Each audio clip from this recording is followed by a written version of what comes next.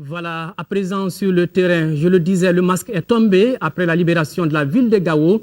Les perquisitions des forces armées de sécurité du Mali se poursuivent dans les logements des terroristes dans la ville. Des perquisitions qui ont donné lieu à la découverte de l'argent de la drogue des narcotrafiquants dans une ville où sont abandonnés armes, munitions et explosifs destinés à détruire les services publics comme l'ORTM Gao entièrement saccagé. Les reportages de nos envoyés spéciaux Moussa Arimaïga et Aliou Touré.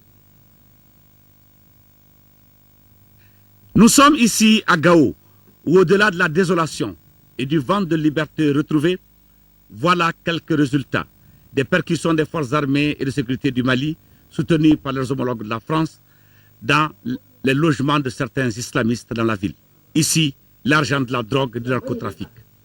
Des paquets et des paquets de billets noirs, abandonnés sur place, dont le processus final permet à la fois de payer et les combattants, mais aussi d'inonder le marché mondial de faux billets depuis Gao.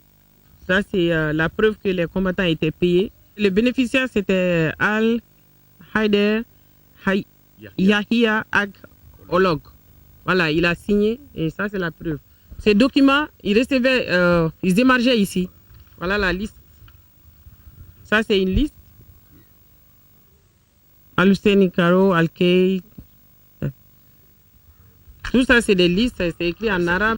Sur ces états de paiement sont visibles des émargements de bénéficiaires avec des montants importants dont certains perçoivent plus de 50 millions de francs. De quoi justifier ce projet terroriste et la mise déjà en circulation de compagnies de transport. Alors que de l'autre côté, comme avec ce panier à roquettes, des armes et des munitions de destruction inondent la ville pour tuer nos forces armées de sécurité, nos paisibles populations et détruire nos infrastructures publiques.